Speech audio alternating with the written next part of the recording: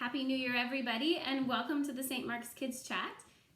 We are in Matthew chapter 2, verses 1 through 2 today, and it's all about when the wise men found Jesus and they worshipped him with their gifts. Another name of the wise men was called the Magi, and let's learn a little bit about who the Magi were.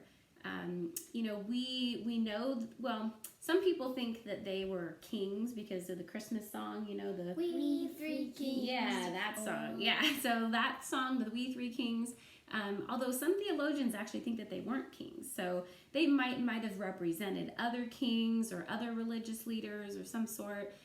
Some people actually think that they actually might have been either astrologers or astronomers, which are people who study the planets and the stars, which we don't know. The Bible doesn't give us any very big specifics as to who they were. There's only just some guesstimates as to who they might have been based off the information that we do have in the Bible. And they think that maybe they might have come from Persia or Babylon. We're not totally sure. So either way, they were a group of folks that were on a very, very long journey, right? So they traveled hundreds of miles through the desert to be able to find the newborn king, and which was Jesus. And so God gave them a really clear sign to be able to follow. And let's go talk about that really quick. We're going to do a little demonstration about what that sign was. So let's come on down here real quick. Okay. So what I have here are 5 toothpicks, and I kind of snapped them in half a little bit and arranged them just like this. So what we're going to do is we're going to pretend that this is a visual of what the sign was that God gave the wise men when they were on their journey. So as we're doing this, it takes a couple of minutes. It looks like it's spreading out a little bit. It is spreading out a little bit, yeah. Oh. So That's cool. Yeah. Do you kind of notice it's kind of moving around a little more? But do you see what symbol are you noticing that this is making? Yes, it's turning into kind of like a little star, right? So that was what the Magi, or the wise men, were following, was a star when they were in the desert looking for the newborn king. So that's exactly what they were doing. So God made it very, very clear to them that they needed to be able to follow the star in order to find the newborn king, which was Jesus. And so, I wanted to show you guys something in this book really quickly, a picture. And we don't know if this is exactly how it worked back then, but we can maybe guess. Do you see this picture right here?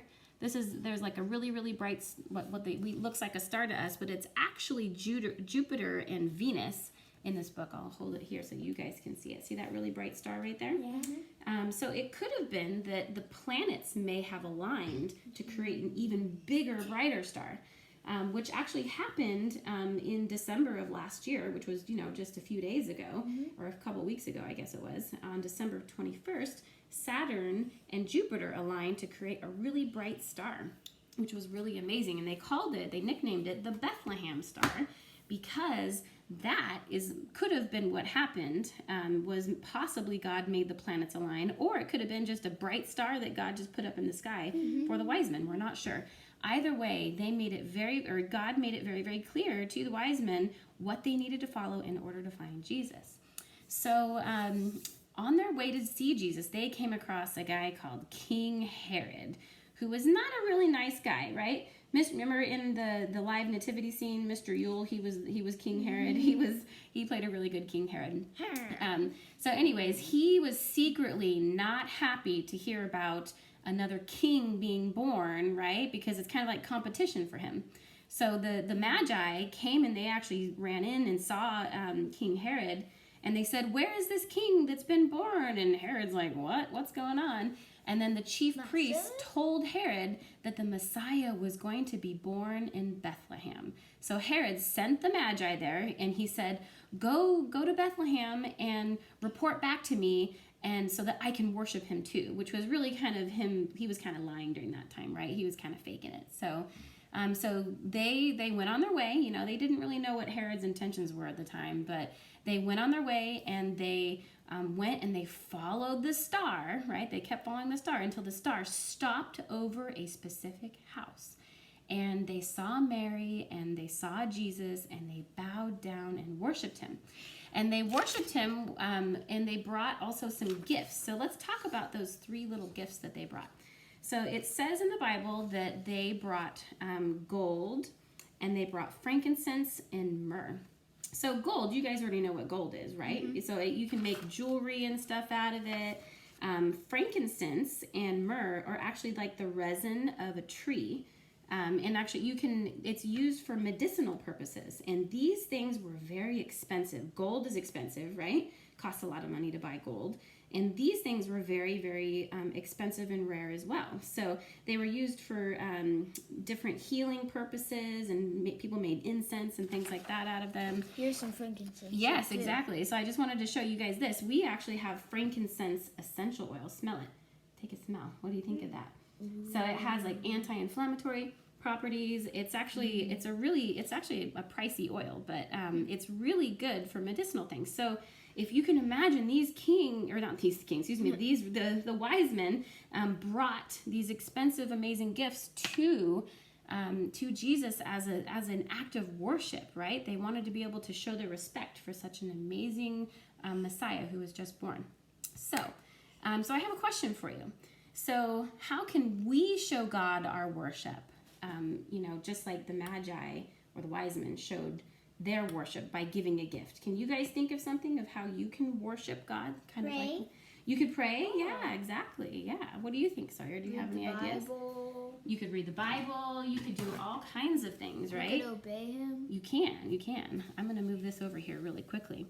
I have another little demonstration that I wanted to kind of show you about kind of similar to what how we can worship God in similar to how the wise men did. So I'm going to cut this apple in half really quickly. Okay. Do you see the inside of this apple? Yeah. What does it look like? It looks like a star. It looks like a star, exactly. Mm-hmm. So I wanted to show you this because look at this. On the inside of something, there was a gift, right? Similar to that star for the Magi was a gift, right? Mm-hmm. It was a way for them to be able to find baby Jesus, right? Or like a present, that comes out in the tree with a gift. Yeah, exactly. Like something star. inside of it. So what I wanted to emphasize was that you guys have gifts inside of you too, right? Things that God has given you as a gift, like things that you're good at. So things that you could actually use to help other people or serve the church, right? So I want you to remember that inside of you, just like inside of this apple, there is a gift, right? So just like the star was a gift to the wise men, and God actually gave the wise men the gift inside of them to be able to read the stars, right? To be able to follow the stars and travel hundreds of miles to be able to find the Messiah, right? And be able to go out and then tell more people about him. So this was just a reminder. I want you guys to think of how you what things you have inside of you, just like this one right here, and just like inside of this apple. What gifts do you have inside of you that you can serve God and worship God with? Alrighty, everybody. Have a good day. Bye. Bye-bye.